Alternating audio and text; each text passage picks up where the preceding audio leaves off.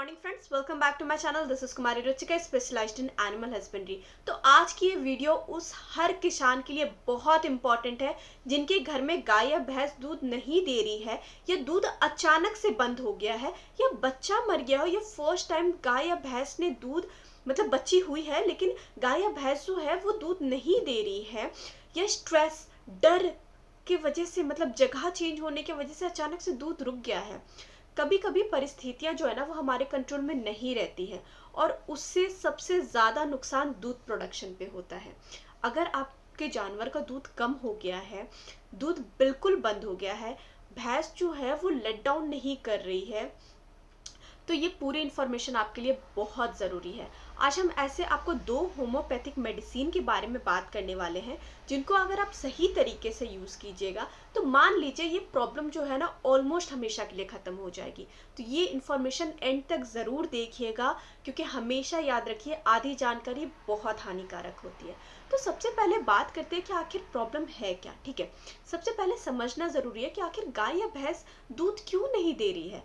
Common reason इसका क्या होता है? बच्चा मर गया हो, बच्चा दूर बंधा हुआ होगा, ठीक है, या फिर फर्स्ट टाइम भैंस जो है, फर्स्ट टाइमर जो भैंस होती है ना, जो पहली बार जो बच्चा देती है या बछड़ा देती है, वो डर जाती है, इंजेक्शन का डर होता है, कई बार जगह चेंज होने की वजह से, स्ट्रेस, गर्मी, थकान की वजह से, हार्मोनल इनबैलेंस की वजह से और ज़्यादा इंजेक्शन लगवाने से।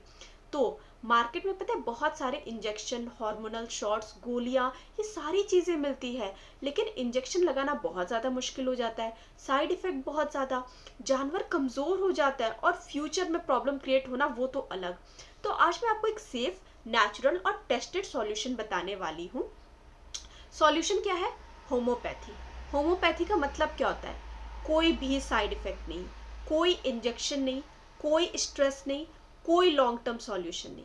अब ब्रांड का नाम तो मैं नहीं बोलने वाली, ठीक है, आप किसी भी कंपनी का ले सकते हैं, बस मेडिसिन का नाम सेम होना चाहिए। पर कुछ भी इस्तेमाल करने से पहले हमेशा लोकल वेटनरी डॉक्टर से ज़रूर कंसल्ट करें, ठीक है। तो पहला मेडिसिन जो है उसको बोलते हैं लैक डिफ्लोरेशन बोलते हैं उसको, ठीक है। अब ये जो लैक डिफ्लोरेशन जो होता है ना, ये किसी भी होम्योपैथिक स्टोर पे आपको मिल जाएगा। ये दवाई करती क्या है? मिल्क लेट डाउन को एक्टिव करती है, अडर के जो नर्व्स होते हैं ना उनको एक्टिव करती है, नेचुरल दूध का जो फ्लो है उसको स्टार्ट करवाती है, भैंस का डर कम करती है, और ये मेडिसिन स्पेशली दूध उतारने के लिए बहुत ज़्यादा पावरफुल है। अब दूसरा मेडिसिन है वो एपिस CPR 200 है। जो एपिस CPR 200 है ना, इसका काम क्या होता है? इंटरनल ऑर्गन्स को एक्टिव करना, हार्मोन बैलेंस को नेचुरली बनाता है, स्ट्रेस को कम करता है, रिप्रोडक्टिव सिस्टम को स्ट्रॉन्ग करता है। तो जब भी ये दोनों मेडिसिन साथ में यूज होती है ना, तो इसका रिजल्ट जो है ना और ज़्यादा डबल हो जाता है। अब तीसरी बात, डोज और कैसे इस्तेमाल करें, ये सबसे इम्पॉर्टेंट पार्ट ये है। कब देना है? दूध निकालने से 30 मिनट पहले आपको देना है। कैसे देना है?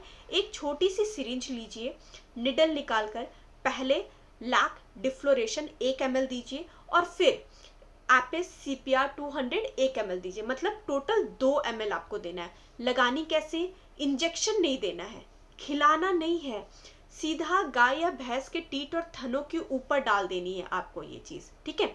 अब डेली शेड्यूल की बात करें, सुबह आप दूध के 30 मिनट पहले दे दीजिए 1 ml प्लस 1 ml, शाम को आप दूध के 30 मिनट पहले दीजिए 1 ml प्लस 1 ml, ठीक है, मतलब सुबह 2 ml और शाम को 2 ml। कितना दिन? 8 से 10 दिन आप कंटिन्यूअसली दीजिए। अब इससे होगा क्या? 8 से 10 दिन में मिल्क लेट डाउन स्टार्ट हो जाएगा, नेचुरल हार्मोन्स एक्टिव हो जाएंगे, भैंस और गाय जो है वो शांत हो जाएगी, दूध की क्वांटिटी इंप्रूव होगी, फ्यूचर का प्रॉब्लम खत्म होगा। सॉल्यूशन सिर्फ ऊपर से काम नहीं करता है, ये अंदर से जाकर के सिस्टम को ठीक करता है। किन बातों का ख्याल रखने की ज़रूरत है?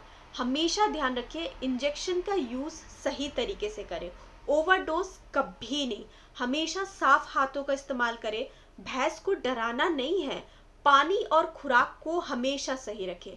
तो ओवरऑल हम बात करें ना, तो ये पूरी इन्फॉर्मेशन आपको कैसी लगी हमें कमेंट सेक्शन में ज़रूर बताइएगा, और हमारे चैनल को लाइक, सब्सक्राइब और शेयर करने के लिए आपका बहुत बहुत शुक्रिया। Thank you so much for watching this video. Have a good day.